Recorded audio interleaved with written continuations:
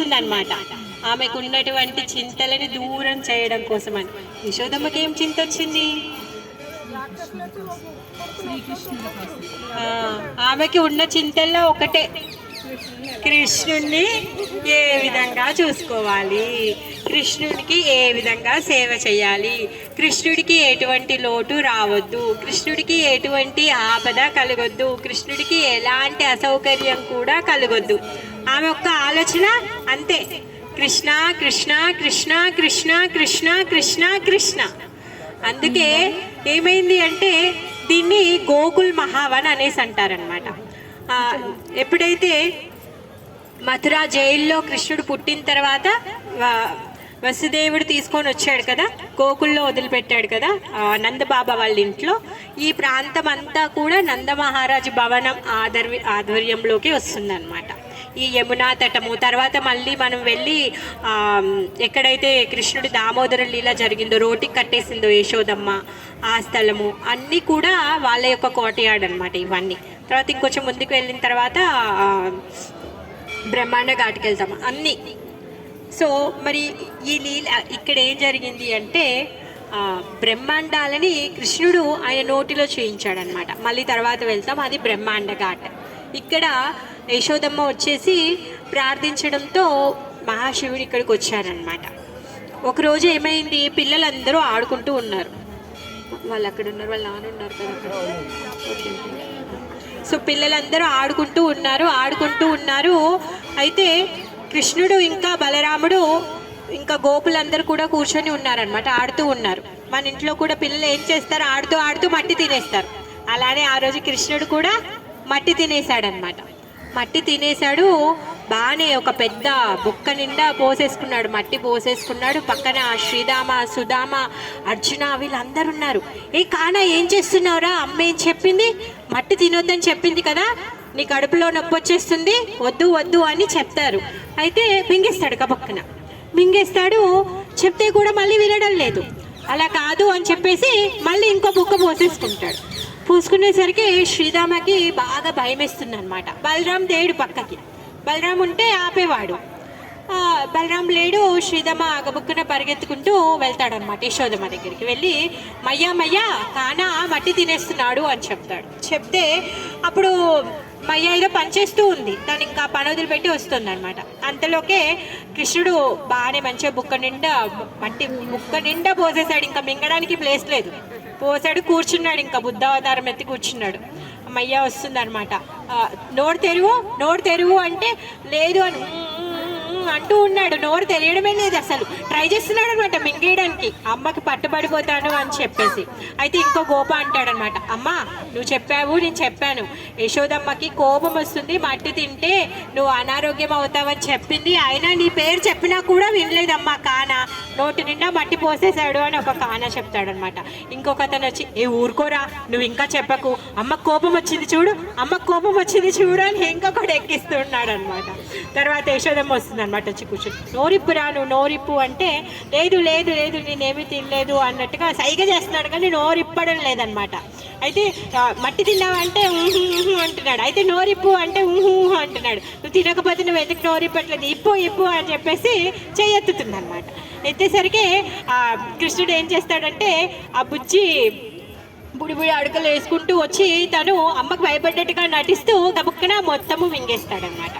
మింగేసి నోరు తెరుస్తాడు. నోరు తెరిచి చూపించగానే అమ్మకి కృష్ణుడి యొక్క నోటిలో మొత్తం విశ్వమంతా కూడా కనిపిస్తుంది అనమాట. బ్రహ్మాండం అంతా కూడా కనిపిస్తుంది అనమాట.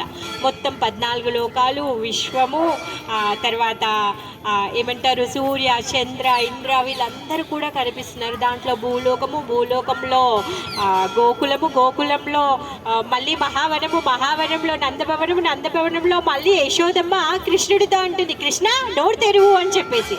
అవన్నీ కూడా కృష్ణుడి నోటిలో తను దర్శనం చేసుకుంది అనమాట. అది చూసేసరికి యశోదమ్మకి అదేంటి నా పిల్లోడి నోట్లో ఇవన్నీ కనిపిస్తున్నాయి ఏంటి అని ఒక క్షణం తను ఏమనుకుంటుంది అంటే, నాకే కొంచెం మతి పోయినట్టుగా ఉంది, పొద్దు నుంచి పరుగులు తీస్తూ పని చేస్తున్నాను, అలా కాదు అనేసి తను అనుకుంటుంది అనమాట ఒక క్షణం. మళ్ళీ తర్వాత ఇంకా తదేకంగా చూస్తూ ఉంటే ఆ కృష్ణుడు మళ్ళీ మట్టి తిను అని అక్కడి వరకు తను చూస్తూ ఉంది. మళ్ళీ కృష్ణుడు నోరు తెరిస్తే మళ్ళీ ఇంకా అందులో కూడా బ్రహ్మాండం కనిపిస్తుంది. అది చూసి ఆశ్చర్యపోయి తన కళ్ళు తిరిగి పడిపోతుంది అనమాట. సో అప్పటి వరకు ఏంటి, యశోదమ్మకి భయపడ్డట్టుగా చేశాడు. పిల్లలు అందరూ ఏమనుకుంటున్నారంటే, యశోదమ్మ చెయ్యెత్తితే కొట్టేస్తుంది అని చెప్పేసి అందరూ కళ్ళు మూసుకున్నారంట. అమ్మయ్య వద్దు వద్దు, కానని కొట్టొద్దు అని చెప్పేసి అందరు కళ్ళు మూసుకున్నారు. వీళ్ళు కళ్ళు మూసుకొని కళ్ళు తెరిచేసరికి సీన్ ఉల్టా అయిపోయింది. యశోదమ్మ పడిపోయింది, కృష్ణ కూర్చొని ఉన్నారు. అప్పటి వరకు అందరు భయపడుతున్నారు, నిజంగానే యశోదమ్మ కృష్ణుని కొట్టేస్తుంది అని చెప్పేసి. అందరూ కళ్ళు మూసుకున్నారు. అంతలోకి అందరు కళ్ళు తెరిచి చూసేలోకి సీన్ అంతా ఉల్టా ఉంది. యశోదమ్మ పడిపోయింది. కృష్ణుడేమో ఏమీ తెలియనట్టుగా అమాయక ముఖం వేసుకొని నించొని చూస్తున్నాడు అనమాట.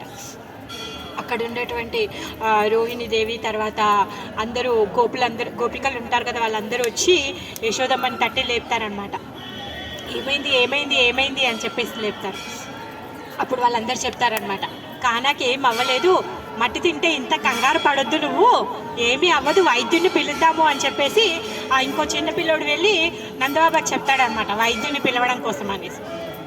ఆల్రెడీ వైద్యుడు వస్తున్నాడు అనమాట. తర్వాత యశోదమ్మ లేసి అక్కడ అందరినీ చూసి భయపడుతుంది. ఇంకా నేను ఇంకేమైనా అంటే నన్ను పిచ్చిదాన్ని అనుకుంటారో లేకపోతే ఏమనుకుంటారో అని చెప్పేసి తను ఎవరితో ఏమీ మాట్లాడకుండా అప్పుడు కానాతో అంటుందన్నమాట, నువ్వు మట్టి తినుద్దే, ఎందుకంటే మన ఊరు ఎక్కడుంది, వనంలో ఉంది, ఇక్కడికి వైద్యుడు దొరకాలంటే ఎక్కడ దొరుకుతాడు, ఎక్కడి నుంచో వైద్యుడు రావాలి, నువ్వు నీ ఆరోగ్యం ఖరాబ్ అయిపోయింది అనుకో ఎంత కష్టమో అని చెప్పేసి కృష్ణాక చెప్తుందనమాట. మళ్ళీ ఇంకోసారి తింటావా అంటే అనేసి అంటూ ఉంటాడనమాట. అంతా అయిన తర్వాత యశోదమ్మ మళ్ళీ అందరికీ చెప్తుంది, ఏదో పని మధ్యలో వదిలేసి వచ్చింది, అది చేద్దాము అని చెప్పేసి బలదేవుని పిలుస్తుంది అనమాట. పిలిచి, చూడు బలరామ్, నువ్వు ఇలా అటు ఇటు తిరగకు, తమ్ముడు వెంటనే ఉండు, ఇలా మట్టి తినేస్తున్నాడు, అన్ని పనులు పిచ్చిగా చేస్తున్నాడు, నువ్వు ఇక్కడే ఉండు అని చెప్పేసి యశోదమ్మ వెళ్ళిపోతుంది అనమాట. అప్పుడు వాళ్ళందరూ, ఎందుకురా నువ్వు మట్టి తిన్నావు, మట్టి తినలేదని అబద్ధం ఎందుకు చెప్పావురా అనేసి అంటే వాళ్ళందరూ, అవునురా నేను తింటాను, నాకు మట్టి అంటే ఇష్టము అని చెప్పి మళ్ళీ తినేస్తున్నాడు అనమాట. కంటిన్యూగా తినేస్తున్నాడు. అందరూ వచ్చి అడుగుతున్నారనమాట, ఎందుకు తింటున్నావు ఈ మట్టి, ఏంటి, మట్టి ఎందుకు తింటున్నావు, అమ్మ ఎంత కష్టపడి వెన్న తీసి నీకోసం వెన్న తీసి పెడితే నువ్వు వెన్న తినకుండా నువ్వు మట్టి ఎందుకు తింటున్నావు అనేసి. అప్పుడు కృష్ణుడు చెప్తున్నాడు అనమాట, ఏదైతే ఈ బృందావనంలో ఉన్నటువంటి మట్టి ఉందో ఇది పరమ పవిత్రమైనటువంటిది. ఏ విధంగా పవిత్రమైందంట, ఇక్కడ ఉన్నటువంటి బృందావనంలో ఉన్నటువంటి ఎవరైతే ఈ గోపులు ఉన్నారో వీళ్ళందరూ కూడా ఎప్పుడు భగవంతుడి కోసమే వాళ్ళ యొక్క మనస్సు, తనువు అన్నీ కూడా వాళ్ళు సమర్పించి ఉన్నారనమాట. అనుక్షణం కూడా భగవంతుణ్ణి తలుచుకుంటూ ఉంటారు. వాళ్ళు ఎప్పుడు కూడా కృష్ణుడికి ఏ కష్టము కలగొద్దు, ఎప్పుడు కృష్ణుడు సుఖంగా ఉండాలి అని చెప్పేసి వాళ్ళు కృష్ణుడి కోసమే తహతహలాడుతూ ఉంటారన్నమాట. అలాంటి నిస్వార్థమైనటువంటి ప్రేమ కలిగినటువంటి భక్తుల యొక్క పాదధూళి ఈ రజంలో కలిసి ఉంది. అందుకే నేను ఇప్పుడు ఈ పాదధూళిని నేను స్వీకరిస్తాను అని చెప్పేసి కృష్ణుడు ఆ మట్టిని తినేస్తూ ఉన్నాడు అనమాట. ఆచార్యులందరూ ఏం చెప్తారు అంటే, ఉత్తమ భక్తి ఏంటి అంటే ఈ వ్రజవాసంలో ఉన్నటువంటి గోపికలు చేసేటటువంటిది ఉత్తమ భక్తి. వాళ్ళ యొక్క అడుగుజాడలో మనం నడవాలి.